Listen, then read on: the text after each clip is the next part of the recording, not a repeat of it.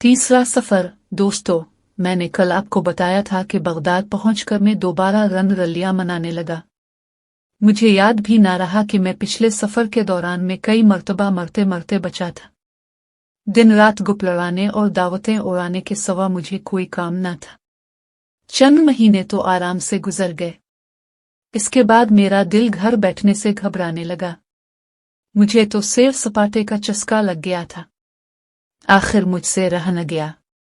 पिछले खतरों को भूल भाल के मैंने सफर की तैयारी शुरू कर दी। बाजार से उम्दा और नादिर माल खरीदा और सामान से लदा फंदा दरियाए दजला के रास्ते बसरा पहुंचा। बंदरगाह में एक जहाज नजर आया जिस पर बहुत से दौलतमंद सौदागर और दीनदार मुसाफिर सवार थे। पता चला कि जहाज आजकल में रवाना हुआ चाहता है। मैं सामान लिदवा कर इस जहाज पर सवार हो गया। हुआ मुवाफिक थी और हम खैर व आफियत से सफर करते चले गए। कभी इस जजीरे पर 2 दिन ठहरना, कभी इस बंदरगाह पर 4 दिन रुकना। गोया सैर की सैर और तिजारत की तिजारत। इस तरह चलते चलाते एक दफा हम समंदर में काफी दूर निकल गए। जिधर नजर दौड़ाते नीली नीली लहरों की रेल पेल और नीले आसमान के सिवा कुछ दिखाई न देता। एक दिन जहाज का कप्तान खड़ा, आंखों पर हथेली का साया किए, सामने उफक का जायजा ले रहा था कि कायक इसने जोर की चीख मारी, पगड़ी उतार फेंकी और पागलों की तरह अपनी दाढ़ी नोचने और कपड़े फाड़ने लगा। हम सब दौड़कर उसके गिर्द इकट्ठे हो गए और पूछने लगे कि बंदा खुदा, ये बैठे बिठाए तुझ पर किया दौरा पड़ा? खैरियत तो है? कप्तान ने आह भरकर कहा। जहाज वाल, अब तुम्हें खुदा ही बचाए तो बचाए, वरना यहाँ से जान सलामत ले जाने की कोई उम्मीद बज़ाहिर नजर नहीं आती। हुआ ने हमें सही रास्ते से हटाकर ऐसे इलाके में पहुंचा दिया है जहां से कभी कोई मुसाफिर नहीं लूटा। सामने जो जजीरा नजर आ रहा है इसका नाम जबल अल-जोब है। यहाँ बालिश्तियों की एक कौम आबाद है जो इंसानों से ज्यादा बंदरों और अंगूरों से मुशाबे है। सुना है ये किसी मुसाफिर को जिंदा नहीं छोड़ते। अफसोस हम तबाह हो गए। कप्तान की बातें सुनकर हमारे छक्के छूट गए। समझ में नहीं आता था कि क्या करें और किधर जाएं। हुआ जबरदस्ती हमें जजीरे की तरफ लिए जाती थी। जब हमारा जबल साहिल के करीब पहुंच गया तो आना फाना जंगल से हजारों बंदर नुमा छोटे कद के जंगली चीखें मारते नमूदार हुए और समंदर में कूद कूद कर जहाज की तरफ तीर कर आने लगे। ऐसा लगता था जैसे कोई टिड्डी दिल चला आ रहा है। जरा सी देर में वो जहाज पर चढ़ आए और तादाद में इतने थे कि हमारी हिम्मत न हुई कि उन्हें रोके तो की। डर ये था कि अगर हमने उठी कुछ कहा तो कहीं ये गुस्से में आकर हमें मार न डालें। इस वक्त जहाज का जो मंजर था वो बयान नहीं हो सकता। हर तरफ काले कलोटे, जर्व जर्व आंखों वाले बालिश्तिये, दांत निकाले, चीने मारते हुए दौड़े दौड़े फिर रहे थे। उनकी बंदरों जैसी शक्लें देखकर और करख्त बोली सुनकर दिल दहला जा रहा था। देखते ही देखते वो मिस्तोलों पर चढ़ गए और अपने दांतों से चबा चबा कर बादबानों की रस्सियां काट डालें। इतने में जहाज खुश्की के पास पहुंच चुका था। उन्होंने हमें उठा उठाकर साहिल पर फेंक दिया। थोड़ी देर बाद दूसरी समत से जोर की हवा चलने लगी। वो जहाज धकेलते हुए दूर तक ले गए और जब वो हुआ कि जद में आ गया तो इस पर चढ़ बैठे। हुआ जहाज को हाँक कर एक तरफ ले गई और रफ्ता रफ्ता वो हमारी नजर से हमेशा के लिए ओझल हो गया। जहाज और अपने मालो असबाब छन जाने का अफसोस तो बहुत था, लेकिन हमने सोचा कि जान बच्ची 100 लाखों पाए। बीच ये है कि इन जंगलों में हमें जान से मार देना क्या बड़ी बात थी। साहिल से उठकर हमने जंगल का रुख किया। खुशकिस्मती से जजीरे पर जंगली फलों और मीठे पानी के चश्मों की कोई कमी न थी। फल खाए और पानी पिया तो जरा जान में जान आई और हम जजीरे में घूमने फिरने लगे। कुछ फासला तय करने के बाद हमें जंगल के बीचों बीच एक बहुत बड़ी इमारत नजर आई। हम ये कहकर कि चलो रात बिसर करने का सामान तो हुआ, इसकी तरफ लेके करीब जाकर देखते क्या है कि एक आलीशान महल खड़ा है और उसके चारों तरफ ऊंची फसील है। इत्तेफाक से आबनों का बना हुआ फाटक चौपट खुला पड़ा था। सहन के एक कोने में हड्डियों का ढेर लगा हुआ था और कई इतने बड़े चूल्हे थे कि लकड़ियों की बजाय उनमें दरख्तों के पूरे पूरे तने लगाए जा सकते थे। चूल्हों के पास इतनी बड़ी बड़ी देगें और सुख पड़ी थीं कि उनमें पूरा हाथी परो पक्का भून लो तो पत्ता ना चले। हमने आपस में कहा कि हो ना हो ये किसी दावत का सामान है, और देर तक सहन के चक्कर लगाते रहे कि शायद किसी आदमी की सूरत नजर आ जाए। आखिर हमें नींद आ गई। सोते सोते यकायक हमें यह महसूस हुआ जैसे ज़लज़ला आ रहा हो। हमारी आंख खुल गई। देखा तो शाम हो चुकी थी और फाटक की तरफ से देदिम की आवाज आ रही थी। चंद लम्हे बाद फाटक में ऐसी बिला नजर आई कि हमारे ओसान खता हो गए और कीकी चढ़ गई। कहने को तो वो बिला आदमी जैसी थी, मगर इतनी डोनी के किसी ने ख्वाब में भी ना देखी हो। तार साकद, काला को के रंगत, लाल अंगार उसी आंखें, भार समुन, लंबे लंबे दांत बाहर निकले हुए, होंठ ऊंट के होंठों की तरह सीने पर और कान मशकों की तरह कमर पर लटके और नाखून जैसे शेर के पंजे। इस देव को देखकर हमारा दम ऐसा खुश्क हुआ कि उठकर भागने का हौसला भी ना रहा। बैठे के बैठे रह गए। वो लंबे लंबे डग भरता हुआ चूल्हों के पास जा बैठा और लगा नंबर ने। थोड़ी देर की घूराघारी के बाद वो उछल खड़ा हुआ और दौड़कर हमारे पास आया। सबसे पहले इसने झपटा मारकर मुझे उठाया और इस तरह उलट पलट कर देखने लगा जैसे कसाई भीड़ को देखता है। मैं ठीरा दुबला पतला आदमी, मुझ में हड्डियों के सवा किया था। इसने मुझे छोड़ दिया और मेरे एक और साथी को उठाकर उलटने पलटने और टटोलने लगा।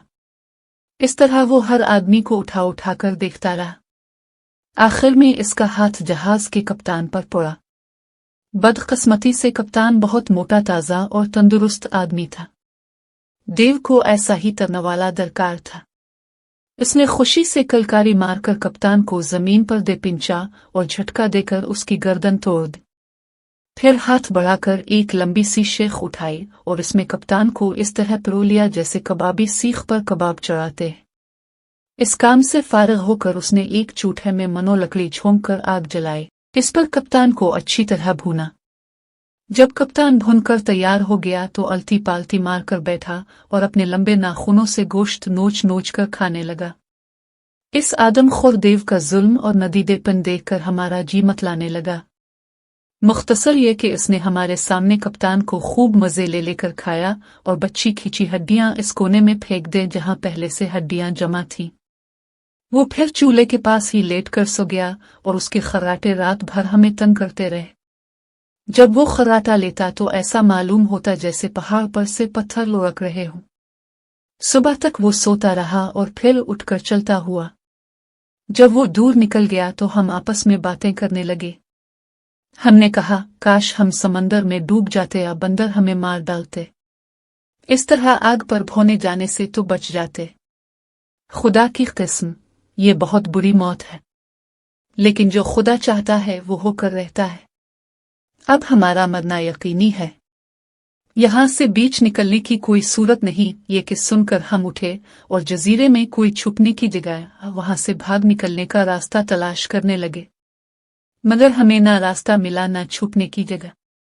नाचार हम इसी महल में लूट आए। थोड़ी देर बाद वो देव फिर आया और हमारे एक साथी को भून कर खा गया। सुबह हुई और वो जा चुका तो हम सर जोड़कर बैठे और आपस में मशवरा करने लगे। सबकी राय थी कि इस तरह अपनी जान गिनवाने से क्या हासिल। इस देव को किसी तरह धोखे से मार डालना चाहिए। मैंने कहा, अगर उसे मारना ही है तो पहले एक काम करो, लकड़ियां जोड़कर एक कश्ती बना लो ताकि उसे मारने के बाद इस जजीरे से निकल जाएं। मेरा कहा सबने मान लिया। हमने जाकर एक कश्ती बनाई और इसमें बहुत से फल रख दिए ताकि सफर में खाने के काम आए।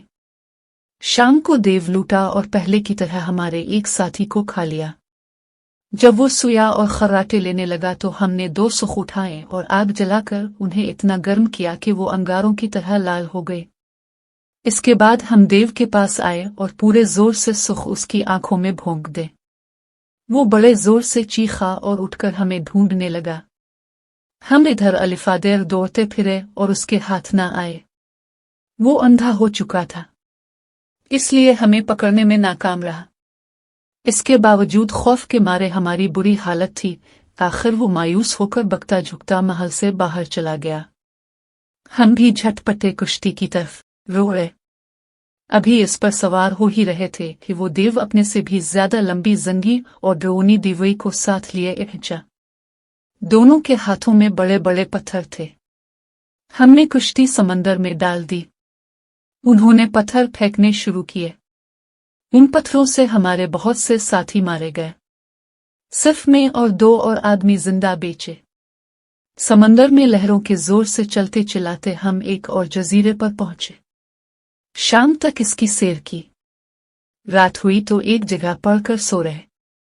एक साथी के चीखने चलाने से आंख खुली तो देखा कि एक बहुत बड़े असरदार है ने इसे निगल लिया है। सिर्फ इसका सर बाहर है। हमारे देखते देखते वो इसे पूरे का पूरा निगल गया। हमें अपने साथी की हड्डियां पसलियां टूटने की आवाजें सुनाई दी। इसे हड़प करके असद है ने अपनी राह ली। मैं और मेरा साथी एक दूसरे से कहने लगे, अजीब बात है कि हर नई मौत पुरानी मौत से बदतर नजर आती है। आदमखोर देव से निजात मिली तो इस जालिम अजद है कि हत्थे चढ़ गए। सुबह को उठकर हमने जजीरे की सैर की, मेवे खाए और नदियों से पानी पिया। शाम के वक्त हमें एक बहुत बड़ा और ऊंचा दरख्त नजर आया। हम ये सोचकर उस पर चढ़ गए कि ओ रहा यहां तक नहीं पहुंच सकेगा। अफसोस के यह ख्याल गलत साबित हुआ। रात को असर रहा आंखें चिपकाता आया और दरख्त पर चढ़कर मेरे साथी को निगल गया और चलता बना। जब दिन निकला तो मैं दरख्त से उतरा। डर के मारे मुझसे चला भी ना जा रहा था। समझ में ना आ रहा था कि अजदह से कैसे जान बचाऊं। अचानक मुझे एक तरकीब सूझ गई। मैंने बहुत सी लकड़ियां इकट्ठी करके एक पिंजरा सा बना लिया और उसके अंदर बैठ गया। रात को अजदहा आया मगर लकड़ियों की वजह से वो मुझ तक ना पहुंच सका। बस अर्द गिर्द चक्कर काफता और फुंकारता रहा। आखिर सुबह की रोशनी नमूदार हुई और असर उबा वहां से दफ हुआ। मैंने पिंजरे से निकलकर मायूसी के आलम में साहिल का रुख किया। सोचता था कि खुद को समंदर में गिरा दूंगा। इतने में दूर एक जहाज नजर आया। मैंने एक दरख्त की बड़ी सी जहन तोड़कर बिलनी शुरू की और शोर मचाया। मेरी किस्मत अच्छी थी। जहाज वालों की मुझ पर नजर पड़ गई। वो जहाज को साहिल तक ले आए। मुझे देखकर हैरान हुए और फिर अपने साथ ले गए। मैंने उन्हें अपनी कहानी सुनाई जिसे सुनकर उनकी हैरत और बढ़ गई। बहुत दिन बाद अच्छा खाना खाने को मिला। मैंने पेट भर कर खाया और खुदा का शुक्र अदा किया जिसकी मेहरबानी से मेरी जान बची। जहाज चलते चलते एक जजीरे पर पहुंचा। सौदागरों ने वहां उतरकर माल बेचना और खरीदना शुरू किया। अल्फादेर कप्तान ने मुझसे कहा, तूने बहुत आफत झेली है। मैं तुझे थोड़ा सा फायदा पहुंचाना चाहता हूं ताकि तू अपने वतन खैरियत से पहुंच जाए और मुझे दुआएं दे। हमारे साथ एक मुसाफिर था जो रास्ते में गुम हो गया। मालूम नहीं जिंदा है या मर चुका है। इसका माल जहाज पर पड़ना है। वो ले जाकर जजीरे पर बेचा। जो आमदनी होगी इसमें से कुछ हिस्सा तेरा होगा। बाकी हम बगदाद में उसके घर वालों को तलाश करके दे देंगे। मैंने कहा, ठीक है। वो माल उतारा गया तो बंदरगाह पर चुंगी के मुंशी ने कहा, कप्तान साहिब, ये माल किसका है? रजिस्टर में किसका नाम लिखूं? कप्तान बोला, सनदबाद जहाजी का नाम लिखो। वो सफर के दौरान गुम हो गया है। जब मैंने ये बात सुनी और कप्तान को गौर से देखा तो पहचान लिया और जाकर कहा, साहिब, आपको पता है कि सामान के मालिक पर क्या गुजरी? कप्तान ने जवाब दिया, हम एक जजीरे पर रुके थे। वहां वो कहीं गायब हो गया। मैंने कहा, अरे साहिब, खुदा आपको सलामत रखे। मैं ही सनदबाद जहाजी हूं। इस जजीरे पर उतरकर मीर करते करते मैं एक जगह सो गया था। जब आंख खुली तो जहाज जा चुका था। ये माल मेरा है। इस बात की गवाही वो सौदागर दे सकते हैं जो हीरों की तिजारत करते हैं। इनसे मेरी मुलाकात उन पहाड़ों पर हुई थी जो हीरों की वादी के गिर्द वाक़े हैं और मैंने उन्हें अपना सारा वाक़या सुनाया था। मेरी बातें सुनकर बहुत से सूद अगर मेरे आसपास जमा हो गए। कोई कहता कि ये आदमी सच्चा है, कोई मुझे झूठा करार देता। एक सौदागर ने जब हीरों की वादी का जिक्र सुना तो मेरे करीब आया और कहने लगा, हाँ, यही वो आदमी है जो हीरों की वादी से जिंदे सलामत निकलकर हमारे पास पहुंचा था। मैंने तुम लोगों को पूरा किस्सा सुनाया था कि किस तरह मेरी फेंकी हुई भीतर के साथ लटक कर वो वादी से निकला था और मुझे बहुत से निहायत कीमती हीरे थे में दिए थे। फिर हम इसे भरे तक साथ ले गए थे। उसने हमें बताया था कि इसका नाम सनदबाद जहाजी है और किस तरह वो एक जजीरे पर अपने साथियों से बिछड़ गया था। जब मैंने तुम्हें यह किस्सा सुनाया था तो तुम सब बनते थे और इसे अब समझते थे। आखिर किस्सा सच्चा निकला ना। इसके बयान का बड़ा असर हुआ और कप्तान ने मुझे से पूछा कि तेरे माल की क्या निशानियां हैं। मैंने इसे निशानियों की खबर दी और ये भी बताया कि बसरी से रवाना होते वक्त हम दोनों की क्या बात हुई थी। आखिर कप्तान को यकीन आ गया कि मैं सनदबाद जहाजी ही हूं। उसने मुझे गिले लगा लिया, जिंदा बच जाने पर मुबारकबाद दी और कहा कि इससे ज्यादा अजीब वाकया मैंने कभी नहीं सुना। मैंने अपना माल ले जाकर बेचना शुरू किया। नया माल भी खरीदता रहा। इस सफर में मुझे बहुत फायदा हुआ। हम जजीरे जजीरे सफर करते सिंध के मुख जा पहुंचे। वहां भी खूब माल बेचा और खरीदा। इस तरफ के समंदर में अजीब अजीब चीजें देखने का इत्तेफाक हुआ। एक मछली नजर आई जो गाय की शक्ल की थी। एक और मछली की सूरत गधे से मिलती जलती थी। एक चिड़िया भी देखी जो पानी पर अंडे देती है, पानी पर ही उन्हें सीती है और कभी खुश्की पर नहीं आती। फिर हम खुदा के हुक्म से रवाना हुआ का रुख हमारे हक में था। सफर बड़े आराम से कटा और हम बसर के पहुंच गए। वहां चंद रोज ठहर कर मैं बगदाद चला आया और अपने घर गया। घर वाले और दोस्त मुझे देखकर बहुत खुश हुए। सच ये है कि मैंने इस सफर में इतना कमाया कि जिसका कोई हिसाब नहीं। मैंने लोगों को तोहफे तहाइफ दिए, गरीबों की मदद की, दोस्तों को दावतें खिलाएं। खुदा ने चाहा तो कल मैं अपने चौथे सफर का अहवाल सुनाऊंगा जो बहुत अजीब है। ये कहकर सनदबाद जहाजी ने सनदबाद माल को 100 अशरफियां दे। इसके बाद दस्तरखान बिछाया गया। दावत खाने वाले आपस में यही बातें करते रहे कि कैसे हैरान कर देने वाले वाकयात सुनने को मिले हैं।